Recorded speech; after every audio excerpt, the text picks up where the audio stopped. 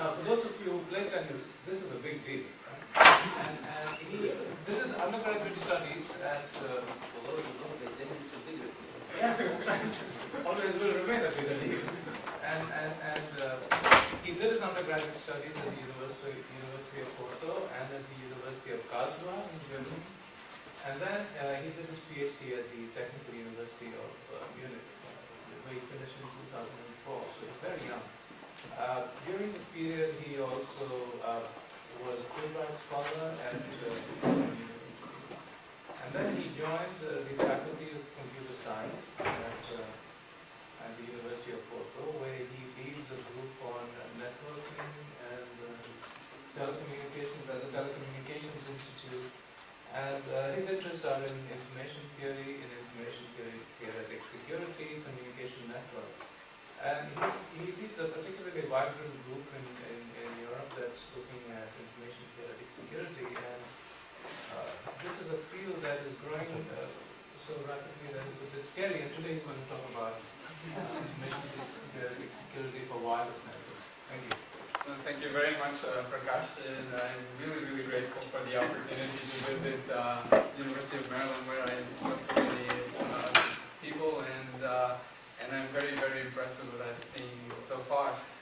So yes, I'll be talking about wireless information-theoretic security, but before I start, I just wanted to give you a brief overview of where I come from. So Portugal is not in the end of the world, but it's in the end of Europe, where the land ends and the sea begins, says our poet. And Porto is in the north, Lisbon would be here, but you don't want to know about that. Porto is here. And it's a sort of an urban area with 1.7 billion inhabitants, and the old city was declared World Heritage by UNESCO in 1996. It was European Capital of Culture in 2001. So our university was founded in 1911, but it had roots in the Polytechnical School, which existed since the 18th century. It's a fairly large university. Yesterday I missed up the number, so it's not 37, it's 27,000 students, who are actually considerably smaller than the University of Maryland, but still the largest school in Portugal. And the education and research in Portugal is structured in separate entities. So the university is organized the educative part, so the part of teaching, but professors are usually affiliated with research units that try to aggregate the critical mass in certain areas. So we are part of the National Laboratory for Telecommunications, which has more than 150 researchers with a PhD working in this area in 6 different sites, and divided in 4 fundamental areas: basic sciences, wireless technologies, optical communication, networks, and multimedia. And for this institute to promote this aggregation of critical mass, there's special funding from the Portuguese Foundation for Science and Technology. And it's a good time to be in Portugal because the government is investing a lot in innovation in this area. So that's my research group. So we are very fortunate to have 3 new faculty members that just started and joined our research group. The PhD students are a mix of students from ECE, CS, and we also have an applied mathematician and a German student, so everything is quite diverse. And our research areas lie in the intersections of information theory, that's where my personal background is mainly from, and we also have work in information processing, information networks, with some emphasis now in sensor network, and more recently we devote quite a bit of attention in information security, which is what I'm going to talk about today. So we're doing work in information-theoretic security, looking at cooperative schemes for secure routing. We're looking at ways of using network coding properties for providing intrinsic security without cryptography. We're looking at secret key agreement, which I will talk about together. So the funding comes from the Portuguese NSF, which is called FCT, and also from the European Union, where usually different groups from different countries organized in relatively large consortia to attack certain problems. And the research I will be presenting today is now funded by the Luso-American Foundation and the American NSF. It's a project with Steve McLaughlin from Georgia Institute of Technology, and it works very nicely. The NSF provides extra funding for the American partner to fund this collaboration, and the Luso-American Foundation finances the Portuguese side, and so we're able to do collaboration across the Atlantic this way. And my last piece of advertisement for today is that we're organizing the 2008 Information Theory Workshop in Porto. In May it will be in a very nice palace, and you're very welcome to apply. Also, if you're not part of the information theory community, the idea is actually to look at intersections of information theory and other areas. And I'm very happy that I was able to include the glass of port wine in spite of the IEEE alcohol policy. What will be the latest vintage that will have been released by then? We'll have a special late bottle vintage for the occasion. All right, so going to the technical part of my talk now, I will first give a brief introduction to information-theoretic security for those of you who are not familiar with the topic, and then I will enter some recent work we did on the secrecy capacity of wireless channels. This will be the more theoretical part of the talk. In the second half, we are going to see how to use the insights that we gained from this information-theoretic analysis to come up with secret key agreement schemes for wireless networks, and we will be using LDPC codes for that. Show some performance results and try to give an idea of open problems that are still there. Information-theoretic security. Well, the first thing to ask is, what is security? What is secure? And I don't think that we have an answer for that yet. It depends pretty much on your taste, on your background, on your friends. And a model that most people know from cryptography classes is this one. Alice wants to send a message to Bob.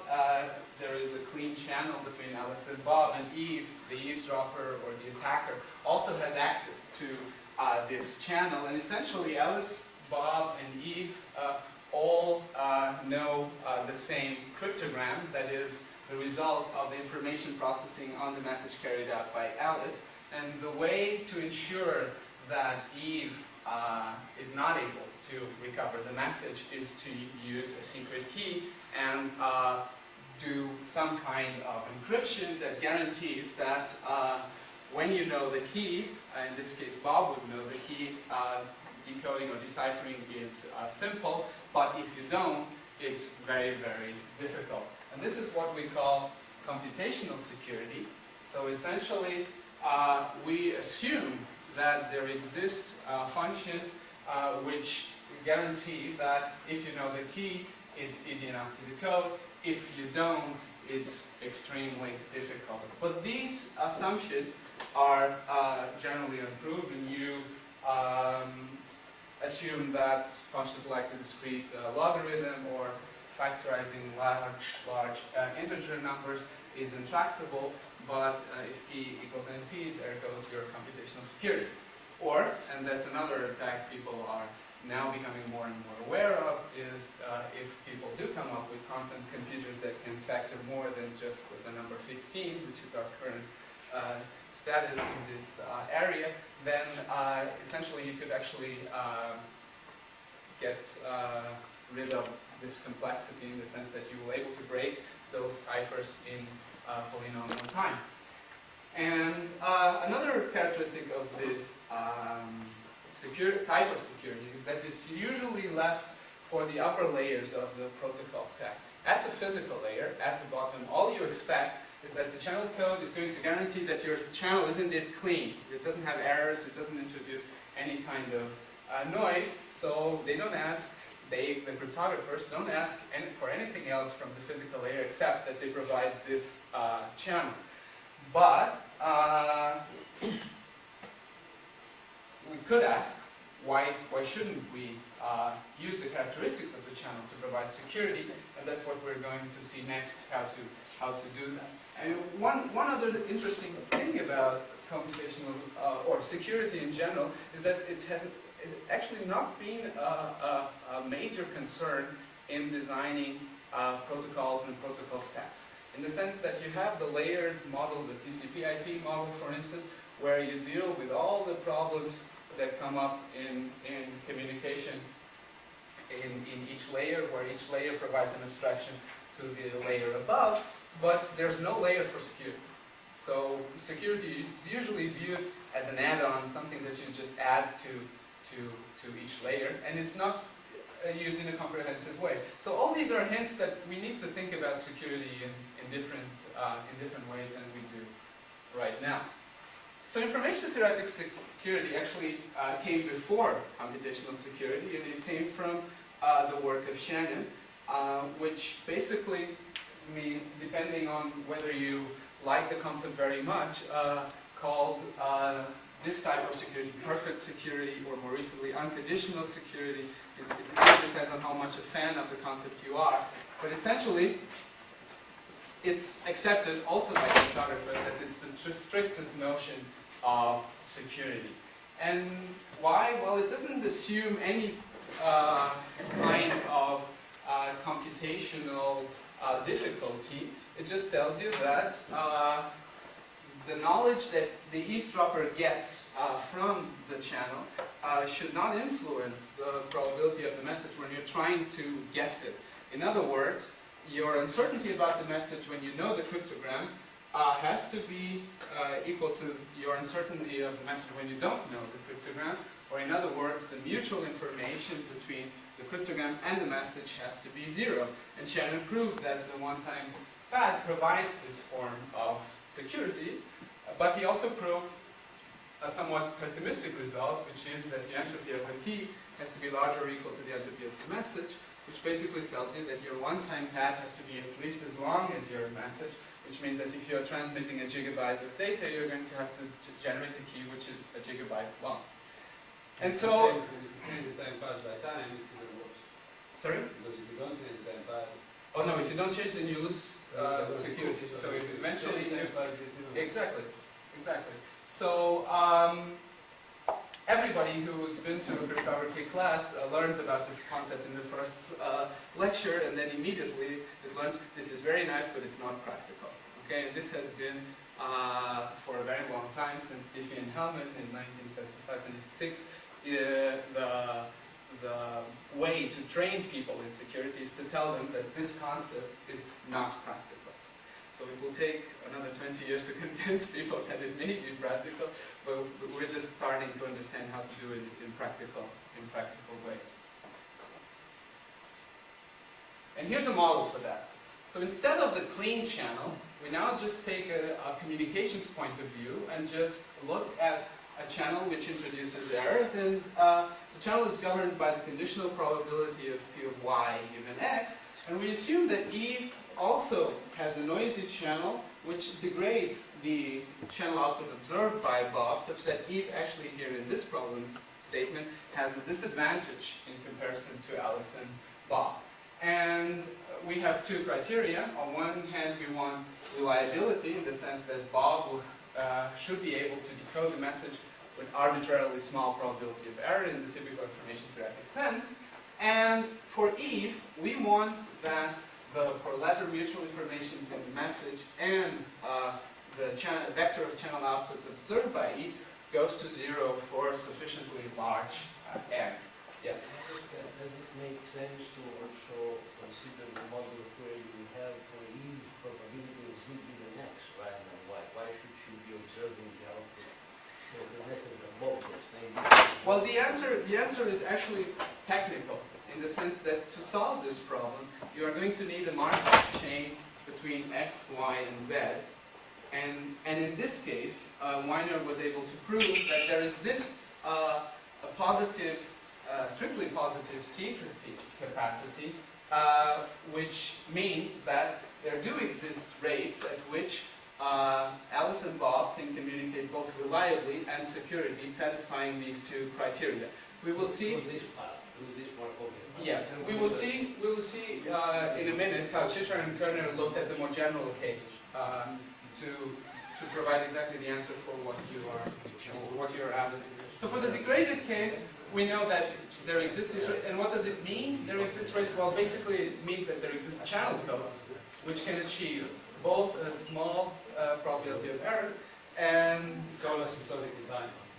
well, we have LDPC codes that do it for binary erasure channels. Look, I mean, I haven't anybody give me a practical example of this in any implemented anywhere. So I will challenge your challenge by Because telling you. I will challenge your challenge by telling you the following: this criteria is indeed weak. It's asymptotic. I have seen no implementation of this theory for any cryptography that I can do in an experimental setup. So that you can believe, I don't know if I can meet that criteria, but I can show you a Because practical it doesn't implementation. capture the basic work in secrecy, which is I go to make your set space larger and larger, and that's how we is an important timing consideration in network security. It's totally new. So let me answer your challenge in 2 ways. One, I will show you a practical scheme today.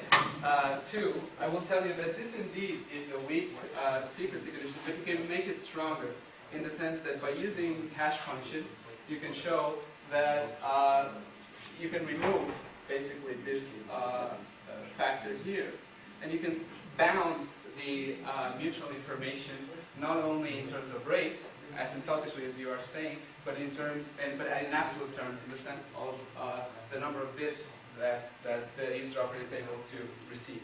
And to do that, you will use hashing, as I said.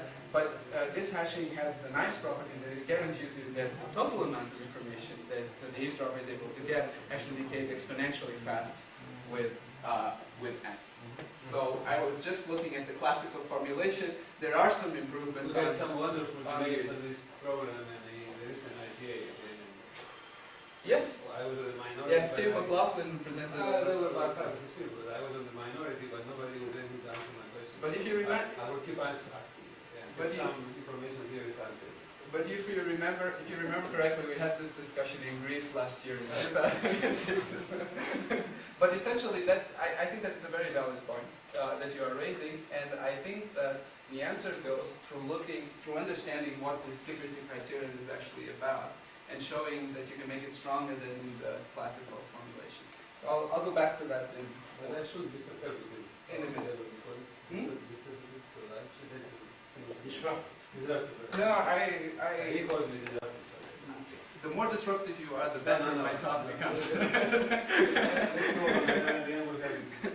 All right. In any case, I'm sorry. you can look at this result by defining a rate invocation region. But what does that mean? Well, this is your transmission rate, and this is your uncertainty when viewed from the perspective of E.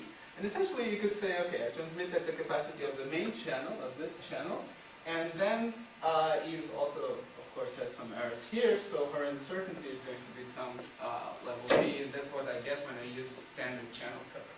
But what Weiner shows is that the region actually contains other points of interest. For instance, if you want your equivocation rate to be close to the entropy of the message, then you can actually still transmit at a strictly positive secrecy capacity, which is this point. Yeah? For those of you who like multi-use information theory, this region is actually a bit strange because it's not convex, it doesn't have the usual shape, but usually you can make a transformation into a convex region and then work from there, which was an observation by Jim Massey also in the 80s. For more practical channel models, we have results for the Gaussian wiretap channel, also from 1978. And the intuition behind the result is that essentially your secrecy capacity is going to be the difference between the capacity of this AWGN channel and this IWGN channel. So you see that in this case, if E has a better channel, then your capacity is 0. It's not going to be negative, obviously. They're independent, right? Right, exactly. So now Chishar and Penner looked at a more general formulation. This is dependent. Hmm? This is dependent, but more general, if you want. This one is more general in the sense that now you just have a broadcast channel. Well, okay. And the channel formula and the result is the difference between two mutual informations where you have to introduce an auxiliary random variable that satisfies this Markov chain. And again, intuitively, when you have a broadcast channel, to have a strictly positive secrecy capacity, you're still going to need more mutual information between Alice and Bob than between Alice and Eve. All right. So the information flow from here to here has to be larger than the information flow from here to here. Okay. And one has to say that research in this area pretty much stopped here for a very long time. And basically what happened was that, in my view, was that Diffie and Hellman published their public key cryptography paper in '76, and then nobody really cared about this one. And it has to do, in one way, also with the fact that you do need to have some kind of advantage between Alice and Bob in terms of channel quality in comparison with Eve's channel. So this is still all very, very pessimistic towards information-theoretic security. Well, in 1993, Maurer had an interesting idea, which was to suggest that we have a public authenticated feedback channel. It's actually a bulletin board where everybody can just write whatever they want and everybody reads everything. And he showed through a clever protocol that if you allow Alice and Bob to exchange information here, then you can use the common randomness that they acquired by transmitting symbols over this channel to generate a secret key. And they characterized the rates at which you could generate this secret key, and Narayan and Chizar have generalized this setup to networks where multiple users also generate keys. And the interesting point here is that by having this public authenticated feedback channel, you no longer need Alice and Bob to have a better channel than the one between Alice and Eve. All right.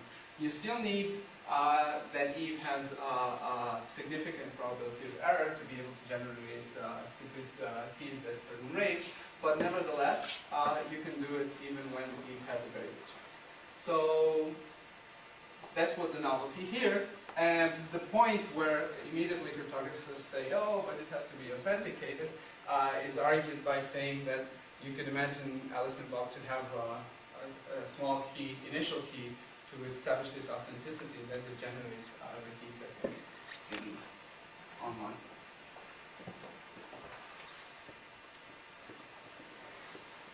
So the questions that Miguel Rodriguez, my collaborator, who used to be in Cambridge and now is also a faculty member in Porto, asked was, what happens if you have wireless channels? So what happens if now, instead of just having Gaussian channels, you have fading? Does anything change? And our first observation was the following. So the scenario is just this one, a very typical one. For instance, you have an access point, and you have two laptops communicating. If the channel is reciprocal, if they use TDMA or PMA, you can probably even estimate the channel between them, so you actually even know how the channels look like. You are going to have fading in the sense that the signal-to-noise ratio perceived by Bob is going to go up and down, and also the signal-to-noise ratio of Eve is going to go up and down. So if we look at certain time instances, we may even say that here in the blue areas, Alice and Bob have a positive instantaneous secrecy capacity. Here they don't.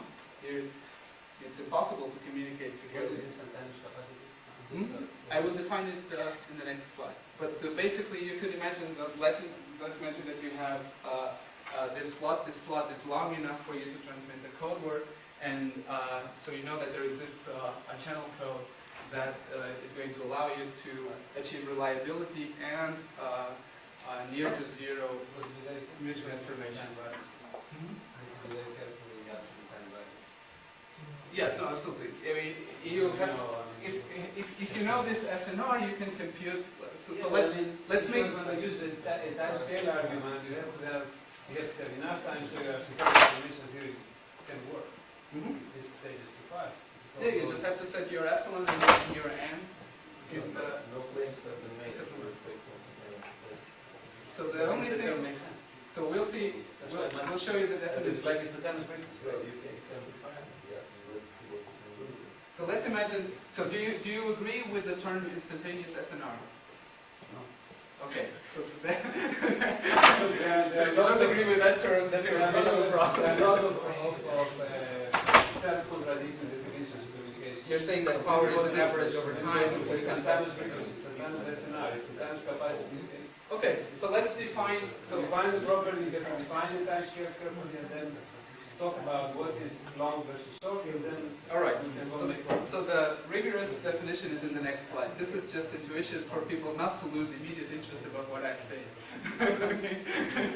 So let's assume that this is something like instantaneous secrecy capacity. And essentially, what happens is that when Bob, very intuitively, if Bob has a better channel than Eve, then there exists channel codes to achieve both reliability and security. Or Are you going to consider both the sort of slow fading and fast fading, or exactly what? slow fading. So Slow. that's next. Yeah. So imagine. So basically, if you have this situation, you can see that essentially this is already different from what we had before. Before we had an SNR from the main channel, an SNR for the eavesdropper, and that was like that until the end of time. So here we have some channel variability, and we want to use that to secure information. So we want to understand what does that mean to have instantaneous. So here's the model, just your standard slow fading model, which means that the fading coefficient remains constant for the whole transmission of a code word, and you have independent fadings for Bob and Eve, and you have additive white Gaussian noise, and from now on everything is complex.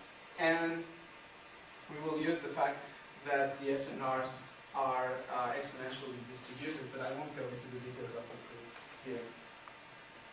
So your general goal is going to be, well, you want to maximize the transmission rate from Alice to Bob, and at the same time, you want to minimize Eve's information rate about the message. That is, you want this to be as close as 0 as possible, or you want to be smaller than an arbitrarily small epsilon. Okay. And here I put this cautionary note to answer Professor Barros' first question, which is we do have a stronger secrecy condition, but it's only valid, or has only been shown to be valid for discrete memoryless channels so far. Go exactly the same line. Mm-hmm. Not to answer it, but exactly the same line I'm asking. It It doesn't answer my question, it reinforces what I'm asking. So it reinforces in what way? That, I mean, the time is very important. Mm-hmm.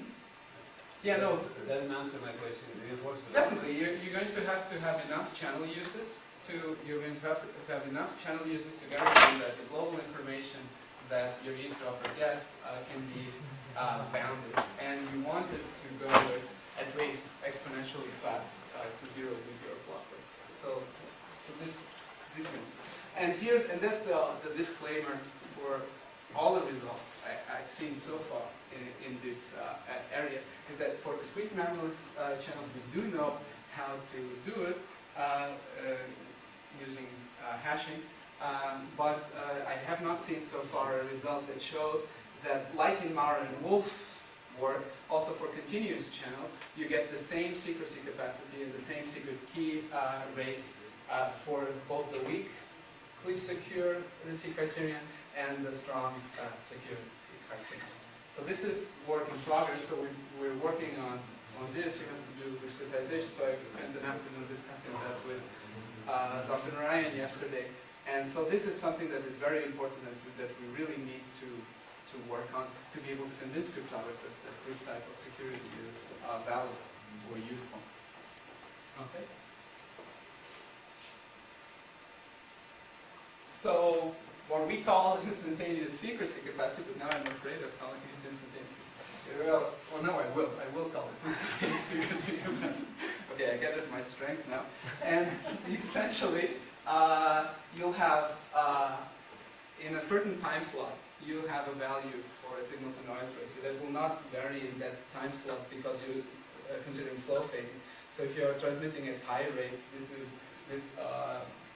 approximation makes sense because your channel varies more slowly than the number of uses that you have in the same time interval.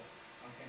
And then if you have values for the SNR for each of those time intervals, then you can compute the secrecy capacity using the formula I showed before for the Gaussian wiretap channel where the 1/2 just disappears because now we have complex. So this is going to be controlled by, just to make it precise, right? This is going to be controlled by the fading characteristics of the channel. Exactly. Time on the fading characteristics versus the time it takes to do the transmissions, right? Mm-hmm. If the time to do the transmissions is small, it is an order of magnitude smaller than the fading characteristics of the channel, then you can define it.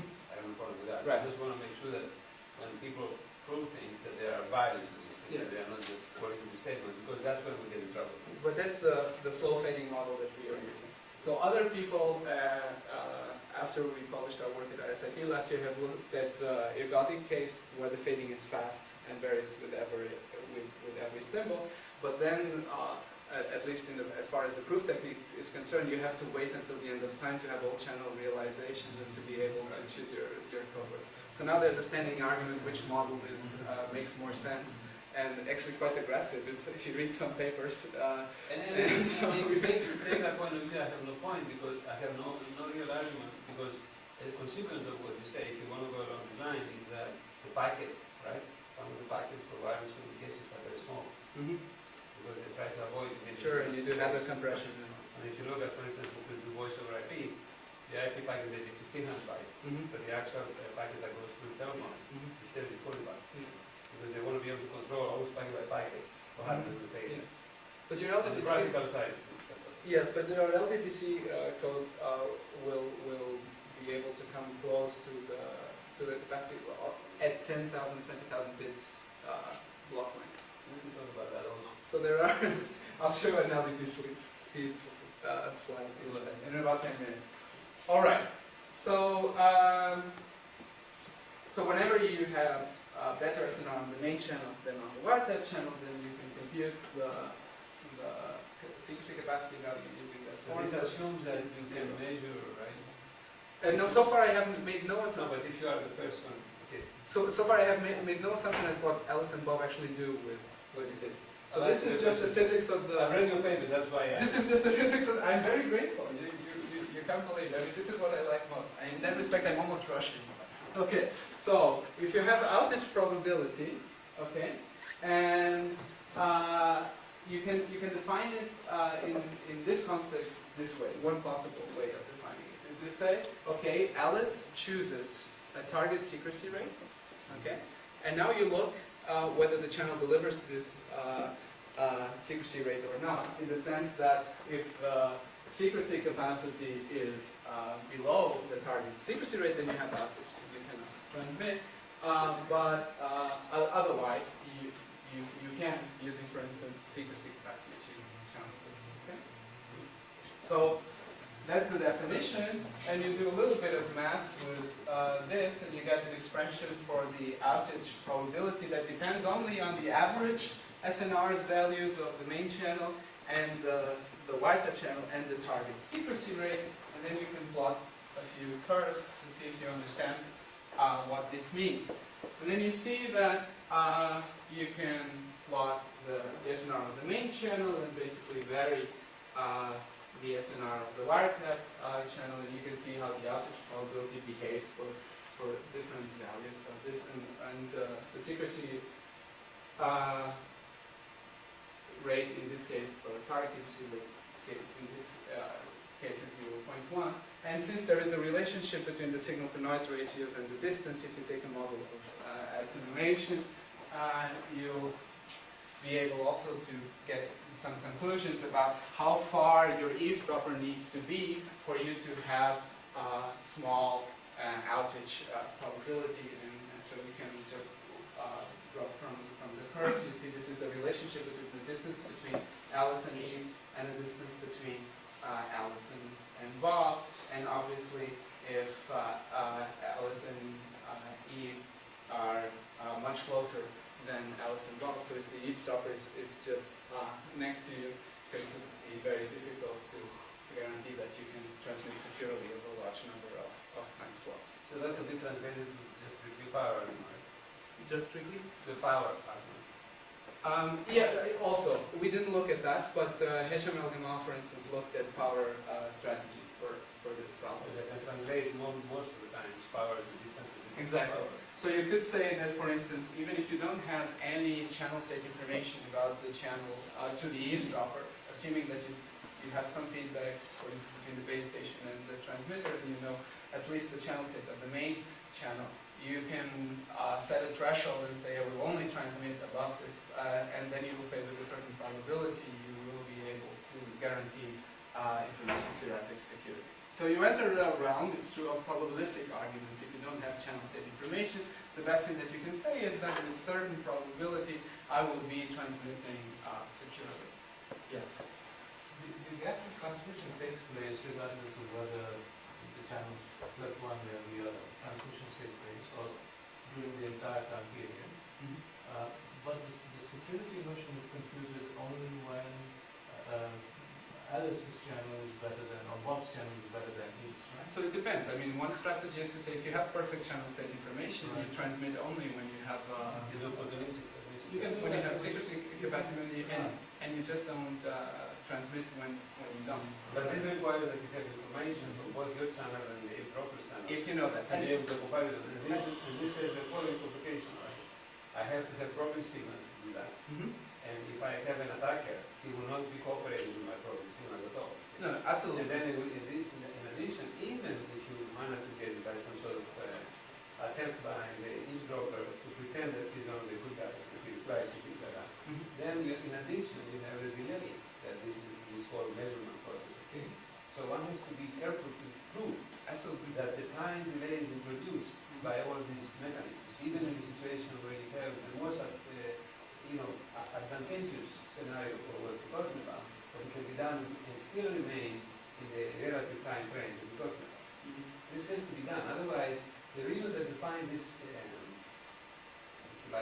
skepticism from the hacking side of security, which I find also sometimes in the theory, is because most of the time when we do studies like that, we don't try to talk to their language as far as how this is going to be implemented, what actually the actual time is, can it be done, can the assumption that I have invited you. Yes, no, this is all work that we have to do. Right. But in the first, I mean, we've been working with, I mean, 1.5 years. So the first, it was just trying to understand what's going on.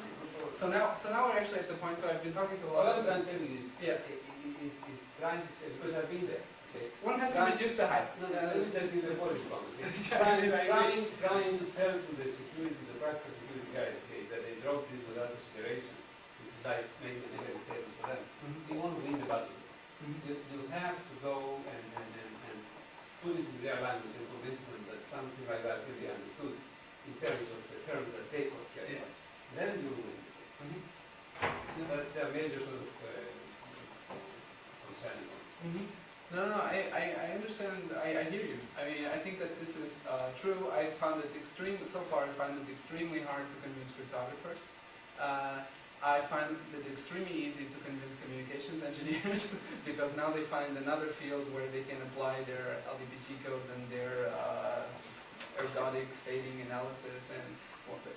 But as far as the people that actually build systems are concerned, we're just not there yet. Yeah.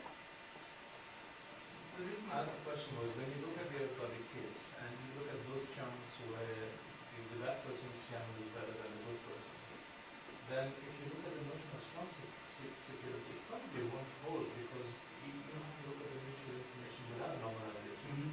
And if you restrict yourself just to those bad chunks during which transmission takes place, it's insecure. So the mutual information is already positive and it only gets added on.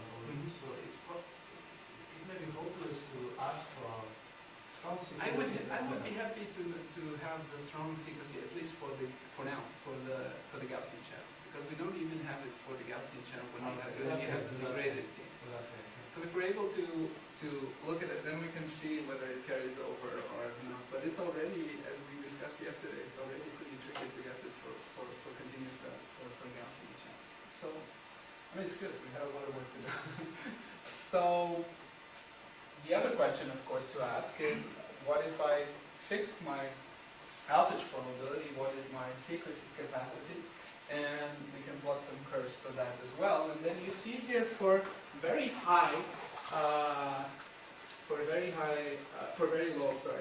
outage probability, so 10%, 0.1, then we compare here the Gaussian wiretap channel to the fading wiretap channel model that I introduced before.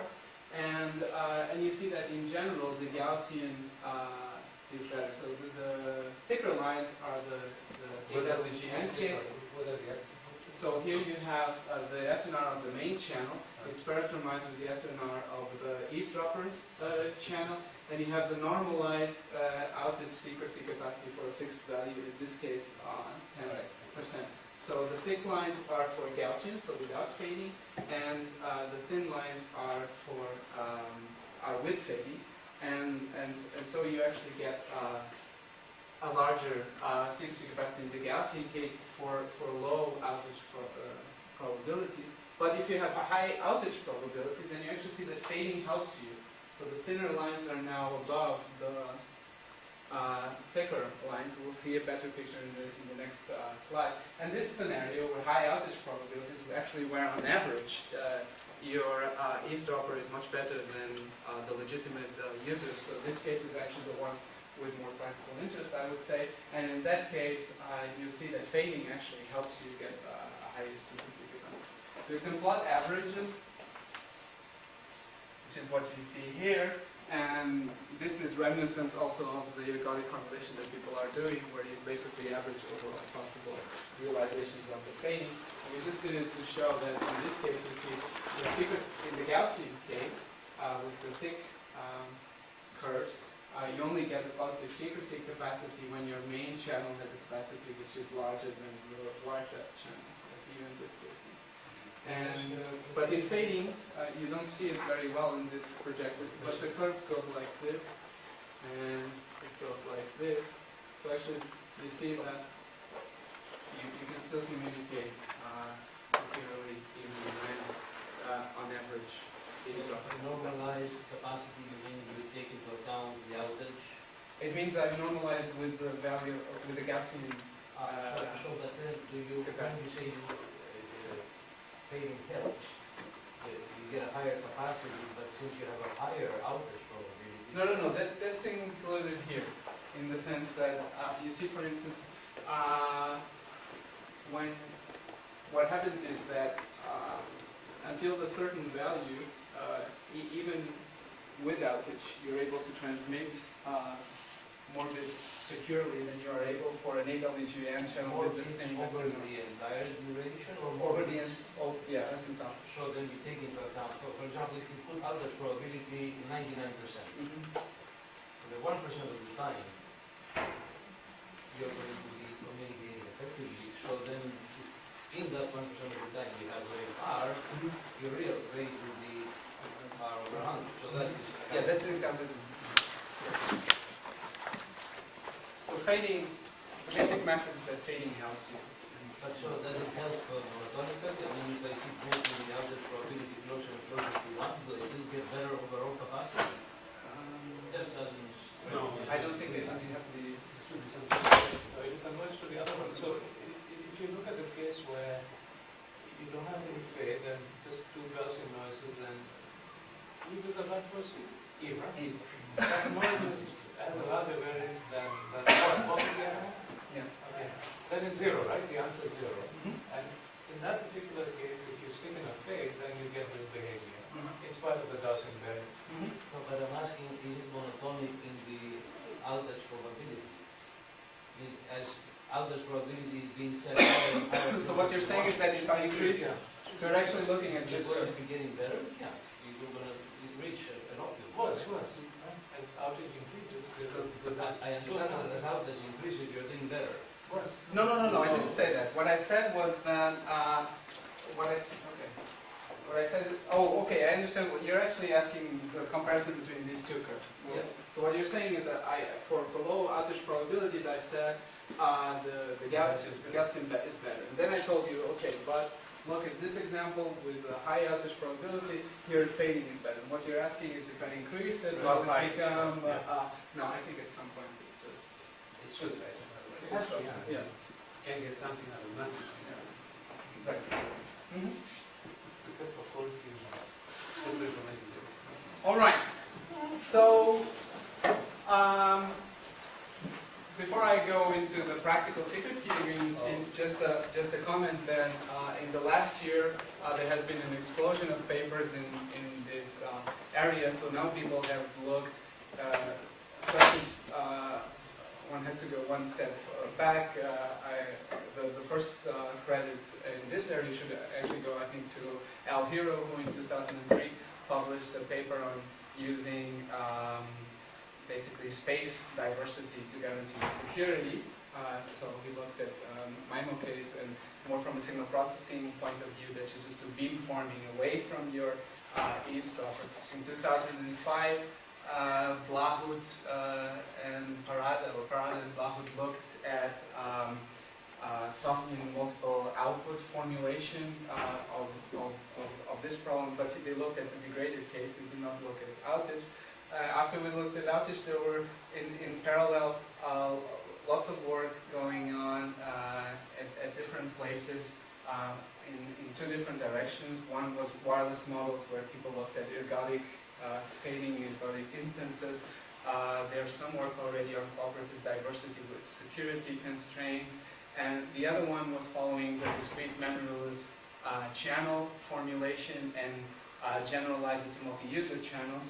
So there's a lot of work in that area looking at relay interference channel and multiple access channels and different kinds of that. And there's work on jamming by a senior, and right now I don't think it's possible to follow anymore everything that is happening in this area. So that's the theoretical part, and I think that by the end of this year we will have covered pretty much the standard, at least the standard formulations for wireless models. Not conclusive in any case. You're talking about in all cases. Key agreement for group communications. I was actually talking at bounds on the secrecy and outage secrecy capacity on this information-theoretic security bounds for different wireless setups. CISO, SIMO, MIMO. You follow the work on key agreements over wireless. But this is not for key agreement. Okay, I'll go back one slide. Sorry, I should never have done this slide. So here, what I'm let's be serious.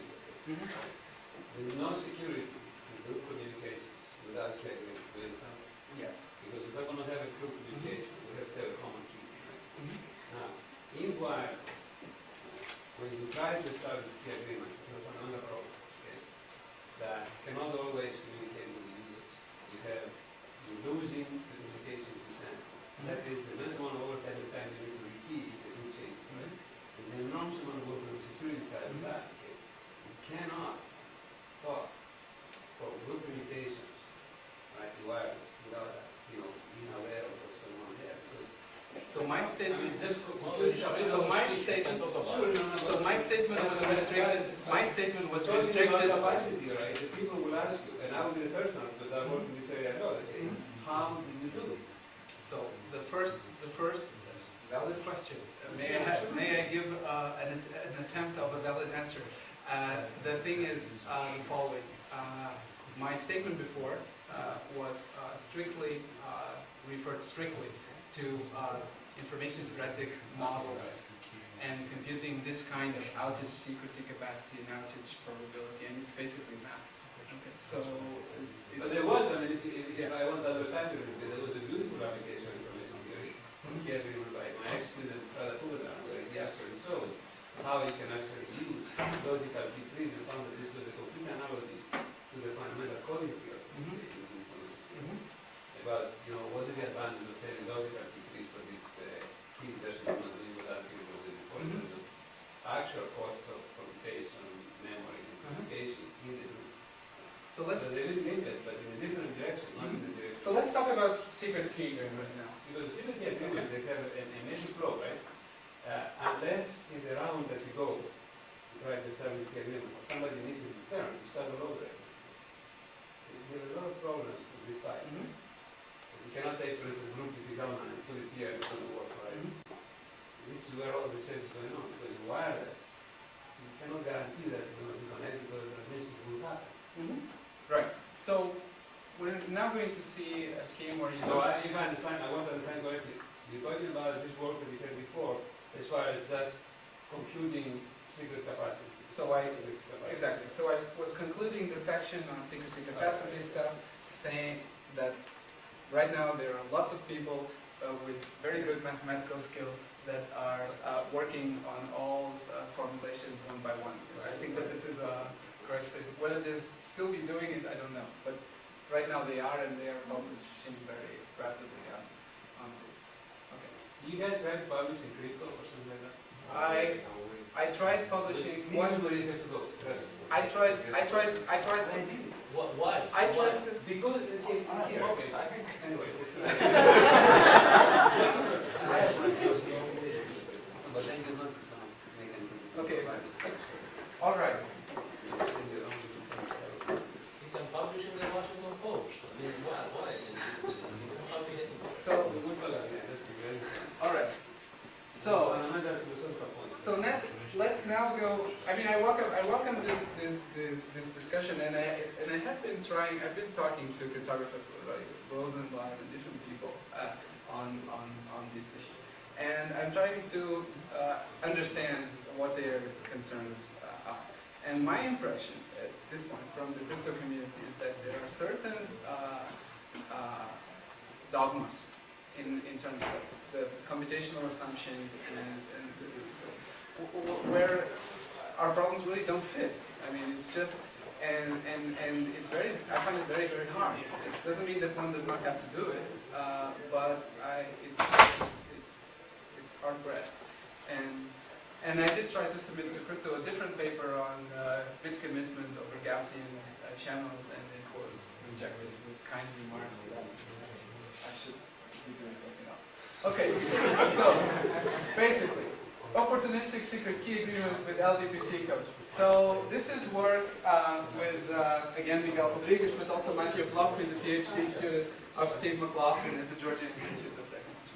So now we enter a practical part where we're basically trying to figure out whether we can do, again, use this very, the fact that the channel varies in time to be able to generate a secret key. And so, thinking now, how would we implement the ideas that we saw before? And the major point would be we need secrecy achieving channel codes. And we know they exist, again, in the information-theoretic sense, but we don't know how to construct them. And the group of Steve McLaughlin with Andrew Tangaraj and Bob Calderbank and Eder and Rolla, they proposed first constructions for erasure channels. And but here we are backtracking as well, because this is basically the wiretap channel type 1, and for that channel, of course, we can use off-the-shelf applications of coding. So whatever codes there are that will attain capacity, you can just put them in there. The channel coding people that I've talked to have, so there are, I mean, also work by Xinjiang and Narayan that shows that you can use linear code constructions, Yes. but it's not trivial to the point that you just take an LDPC code, you just plug it in and it works. So we'll have to use some kind of syndrome, Quite so, but my remark is only applied to the fact that this is far away from the wireless environment. Yeah, but that's the point. So it seems more difficult, but that's the point. It seems more difficult to design secrecy capacity achieving codes for the Gaussian wiretap channel. So this is, if you're a good coding theorist and you want a good problem, designing secrecy capacity achieving codes for the Gaussian wiretap channel, the degraded case is not true. But there are constructions for erasure channels, so it's possible to design codes, at least for some instances of discrete memoryless channels. What seems more easy, or less difficult, is to do secret key agreement. And people have been looking at, also our collaborators, in the context of quantum key distribution, where you'll have, I'm going to our list. This is just a reference to, there may be somebody who is on quantum. You know a lot about quantum information. But there might be someone here who would be very offended if I didn't mention quantum. So here's the. You want to have the it if you try to make it commercially available or... No, I'm just saying that in quantum key distribution, the way some people look at it, you have in the end a Gaussian or two correlated Gaussian values with Alice and Bob, and you need to do information reconciliation to be able to, in the end, get two sequences which are identical on both sides with very high probability. And to do that, you can use channel code, and you use the ideas of source coding with side information to just send enough parities to the other side that in the end you're able to figure out the same sequence of values. Okay? And our idea was as follows. You have this channel variability, so you have SNR going up and down, you have Eve's SNR going up and down. So you could use some time slots to share common randomness when your secrecy capacity is positive. Could you help me with it when you say secret key agreement? Could you tell me what you mean by that? I mean that. Especially with the last word. Yes. So you have a number of communications. So I have a number of people. Here it's strictly feed forward in the sense that you use the channel multiple times. In different ways. Do I have one person communicating with many? No. I just have Alice and Bob. I'm still in the same setting as before. So I have Alice and Bob. Alice and Bob communicate over a noisy channel. At the end of these communications, there is no feedback. An agreement, you mean what?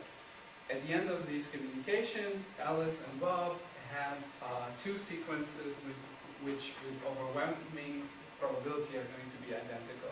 And these sequences have to satisfy the properties of secret keys in the sense that they have to be uniform with overwhelming probability. You're using the term secret key agreement in a completely different way than using it. I'm using exactly the same sense as Ulimar in his name. Not a good communication. A good communication that is still good. Okay. So it's the point-to-point problem with the So forget my comments about good communication before. You don't apply. Okay. So you have to find the problem. That's what I'm saying. I'm not joking. I'm just right. What you said is valid. So in principle, you have multiple terminals. Because if you have multiple They agree on the sequence with probability close to 1. But then I have a lot of questions, right? Because if you have a set of terminals and they communicate wirelessly, what opportunities exist between any pairwise nodes may not be at the same time as the others? So it's a lot more complicated. When you have multiple nodes. Yeah. Yeah, definitely. Right, because when I'm opportunistic with you versus the eavesdropper, it doesn't mean that it's at the same time you are. Okay? So you have to a very difficult scheduling problem to make sure that the communications that are needed to establish a key agreement between the group all can happen in time. So some preliminary work on that has been done by Greg Warnell's group at MIT. So they've been looking at very simple broadcast problems where essentially the base station only agrees on the key if the power of a certain user is about Because there is a very simple setup, right? If I have a group and I'm trying to communicate, then I give everybody a bunch of keys, a bulk of keys, and I index the keys by a single index. And when I need to change the key because somebody moved out or because somebody put it to a crate or something, I just broadcast an index and say, now guys, okay, use index such and such. Okay? This has all kinds of problems, but it is the most efficient from the point of view of communication over there, but the least efficient from the point of view of memory. One can ask And then there are variations of this. your scheme, right? No, What or whoever. That scheme, what if there are errors when you broadcast? No, I mean, everything collapses. Under the right, with the right attack, everything collapses. This is just one extreme, it's not an extreme. Understand, this is one extreme, and there's another extreme where people can use much more intricate ways of constructing the keys, and they can try to understand all these questions that Tony is alluding to. What happens if I miss?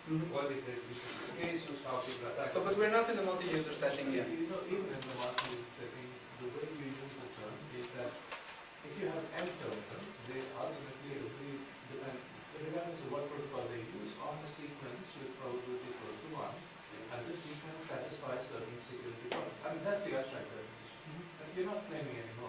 So that. Okay. So in the end, they agree on this key. Yeah.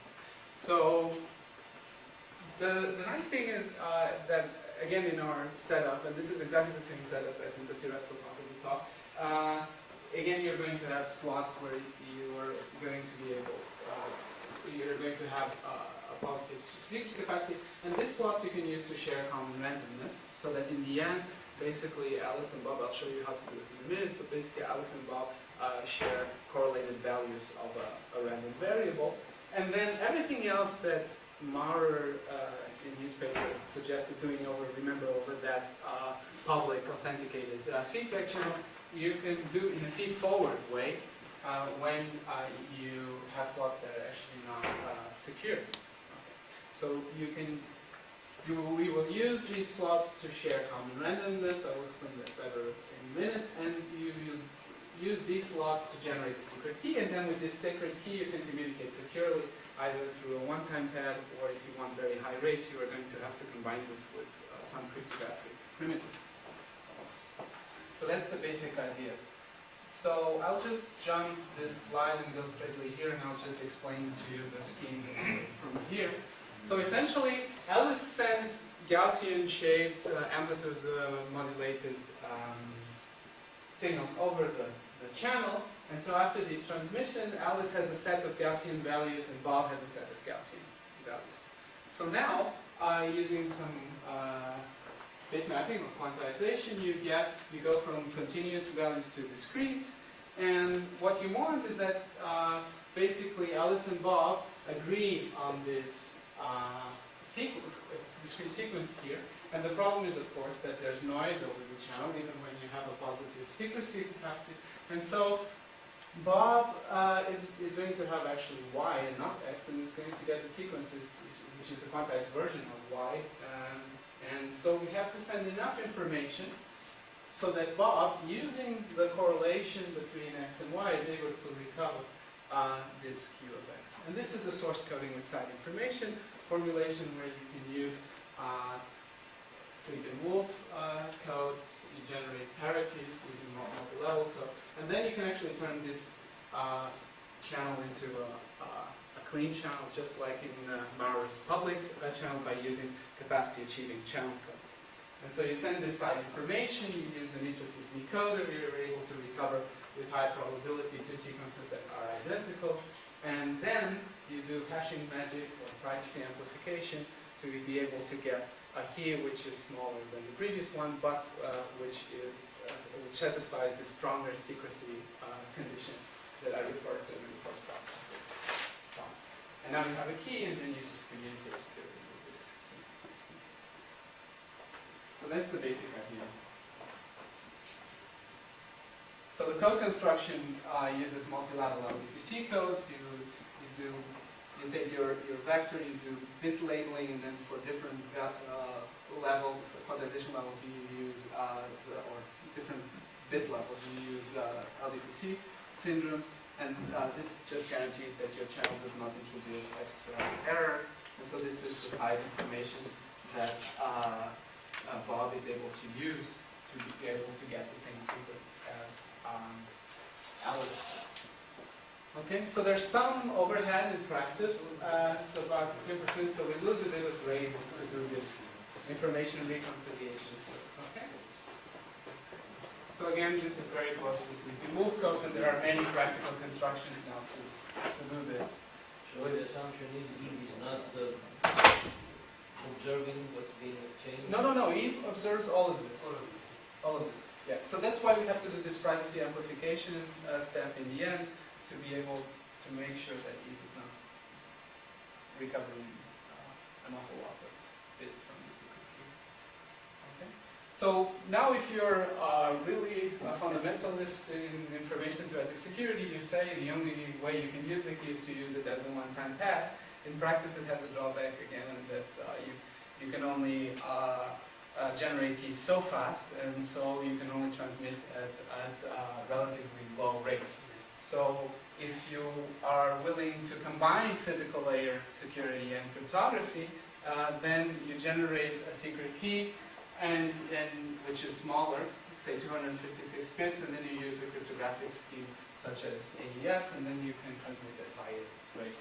So the advantage of doing that is that if you dedicate a fraction of time, which is as small as 1%, if you're transmitting at high rates, and this assumes also that your fading behaves the way you would like it to behave. So the huge disclaimer here, but just to get an intuitive idea, you could generate a secret key which is information theoretically secure every 16 milliseconds or 100 milliseconds. So the numbers are just qualitatively, even when on average each channel is tending to be better than the main channel. So that's the basic idea. Okay. And so we defined a few performance measurements, but I'm already behind in time. So essentially we just looked at throughput measures, how much you're able to transmit. So essentially you have to look at how much time do you allocate for generating keys and how much time do you allocate for actual transmissions, and there are trade-offs there. And you can, from the outage probability, you can get the limits for the secure throughput when you're using one-time pads. And you see that when the eavesdropper is very good, actually our scheme performs pretty close to the optimum secure throughput. As you get more and more secrecy capacity, then generating keys and then transmitting securely using one-time pads is inefficient, and that's why you see a huge gap between what our scheme does and the ultimate limit. So in this case, it would actually be much better to use secrecy capacity achieving channel codes if we had them. Okay, but we don't.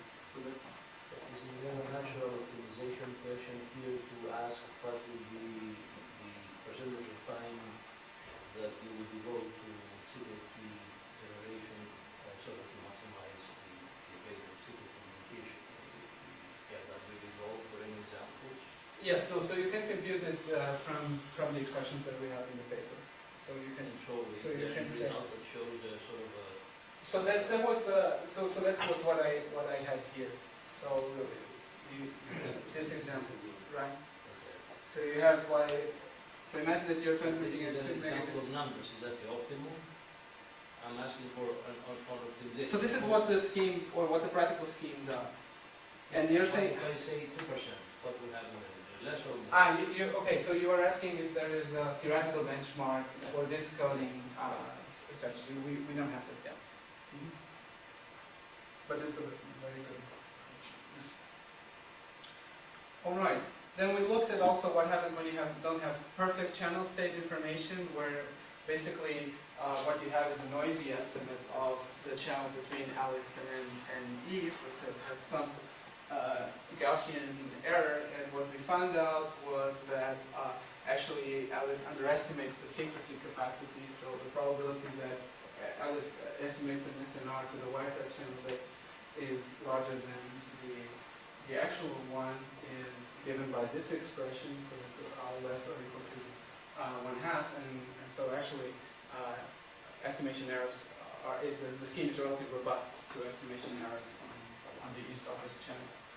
The question I asked, I think, is relatively interesting because in the DARPA project, I don't know if you know about the DARPA initiative about extending information theoretic networks and so on. One of the almost explicitly asked questions was, can we quantify the penalty we pay in capacity to achieve security?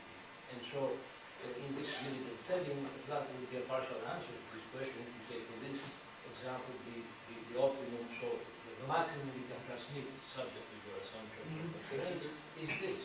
That would give, of course, whatever limitations you have. So we have the limits when you use secrecy capacity achieving codes. We don't have an inner bound based on generating a key and then transmitting it as a one-time pad, but it shouldn't be difficult. That would be very interesting, Yeah. especially if it's not difficult. Yeah. Quantifying that. Yes, I think I'll take note of that. I think that we should be able to get it from our outage. Okay, so these are the results when you have errors on the estimation channels. So you see you lose a bit with the errors, but it's still relative. I mean, for the case when the eavesdropper is a very good channel, the difference between the two because it's marginal when you have errors of minus 40 degrees and 10 degrees on the estimation. All right. And so, from a practical point of view, I mean, we actually now have a grant to actually build these things, so to play around with the physical layer and be able to generate keys in a practical system. And in principle, the nice thing is that over a wide range of SNRs, you do get high probability of reconciliation. That is, that in the end, Alice and Bob do get, in spite of channel errors and side information and limited block length in the LDPC codes, you're able to agree on keys.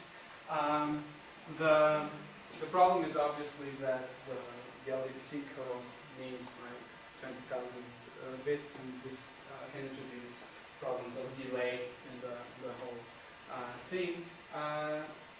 One argument from my perspective in favor of this is that so far we have not done anything at the physical layer except perhaps jamming or using CDMA to avoid jamming, but beyond that, physical layer security is an open area, so perhaps there are even more ingenious ways of using the physical layer to guarantee some type of security. So to wrap things up, we were intrigued by the secrecy capacity of wireless channels, and we formulated the problem in terms of slow fading and outage probability and provided results for that. Then perhaps the most interesting observation is that when you have fading, your secrecy capacity in terms of outage can be strictly positive, even when on average your eavesdropper has a better channel. And this is much less pessimistic than the previous wiretap channel formulations, which always assumed that Alice and Bob had some advantages in terms of channel quality in comparison to Eve. And we're working on a practical secret key agreement scheme. The first results are encouraging, but from an implementation point of view, there are still many things that we need to consider. Thank you very much for your attention.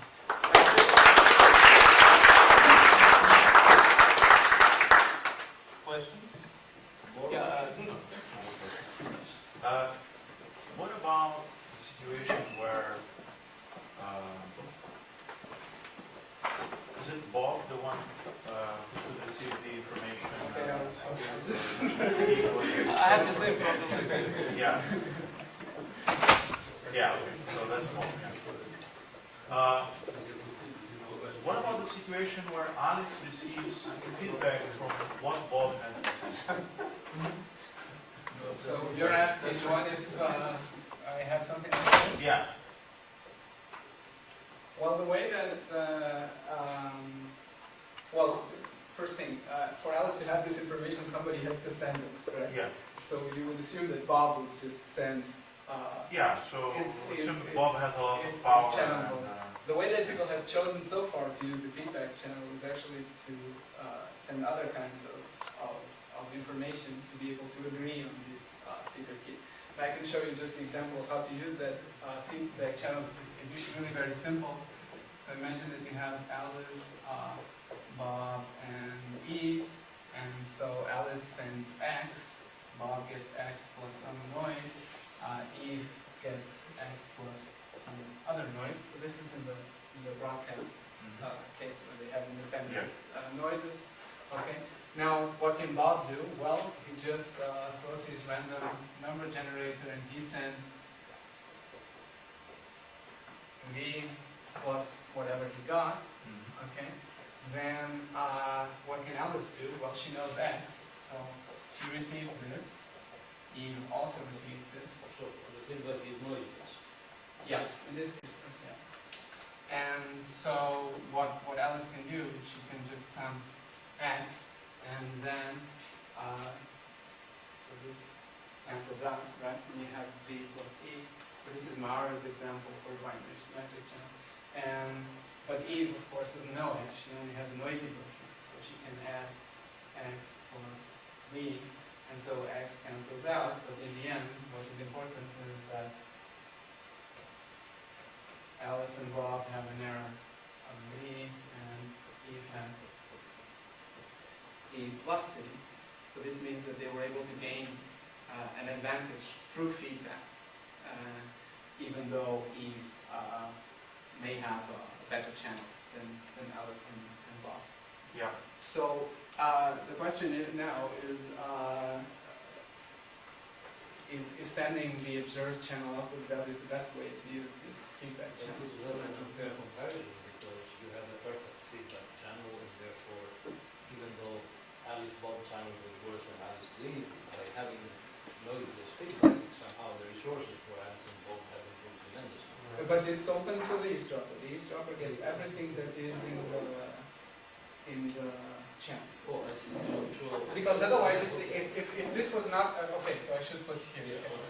Because otherwise they could just send a secret key over here and use a one-time pattern. So that would be true.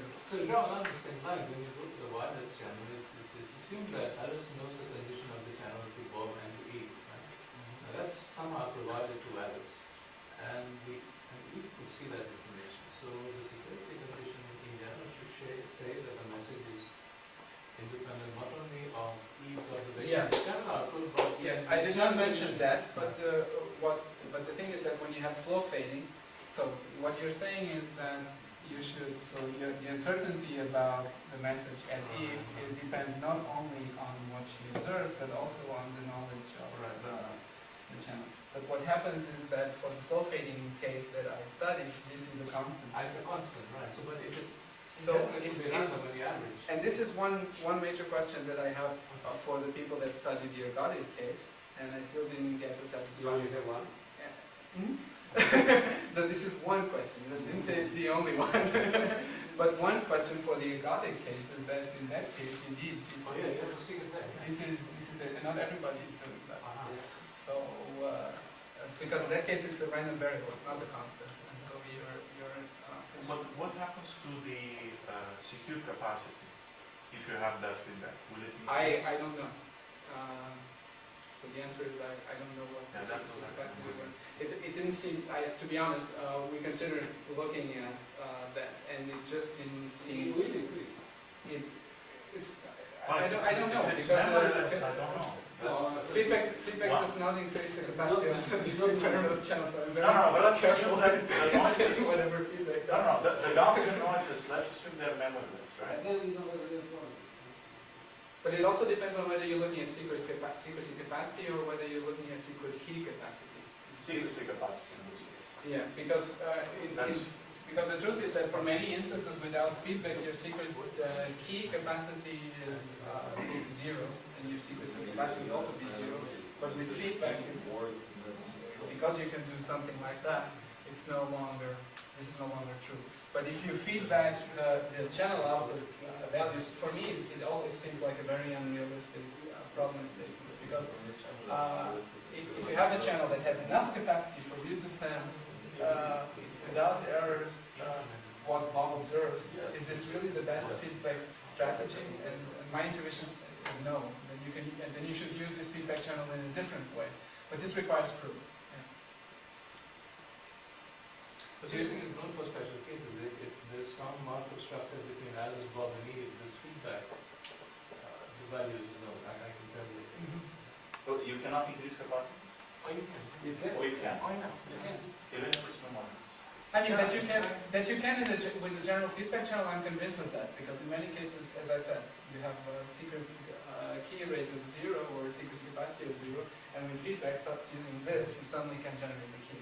But the thing is that what your question, if I understood correctly, was what is sent through the feedback channel is the channel outputs observed by Bob, and I would have to look at that to be able to give a conclusive. There are models of solid communication where arbitrary exchanges can take place. So it doesn't have to be feedback, it can be exchanges in public between Alice and Bob, which are viewed by Eve. And it doesn't have to be Bob's output, can be any function. Exactly. No. But for that we agree. But for the specific case where what is fed back are the channel outputs of Bob, I don't know the answer, and it's not clear to me which way No, but then you can construct any function from those outputs. So that's the most. Oh, over okay, here. That's what you're Oh, saying. that's what you're saying. Yeah. Ah, so that you would basically, okay, now I understand what you're saying. Okay, so that if you have the channel out, what Bob is going to send, but no, I'm not sure, because here what Bob sends is not a function of, strictly a function of the channel output, because I mean, you have this random value here, right? But then it's known here and it's known here, so if Bob is not adding this value, so we would have to figure out what else does.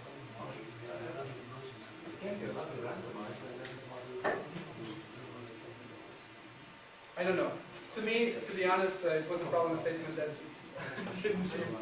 No, maybe you can have a gateway with a lot of power that can just make, at a very low rate, but very securely hard to, for instance, sensor nodes. And in that case, that question makes sense. So what you're saying is that it's easier to just feed back the values without any processing than actually doing some processing? No, I mean, having this type of noiseless feedback in some cases, like if you have a sensor network and a gateway that has no more constraints, it makes sense. All right. Anyway, Yeah. maybe we should look at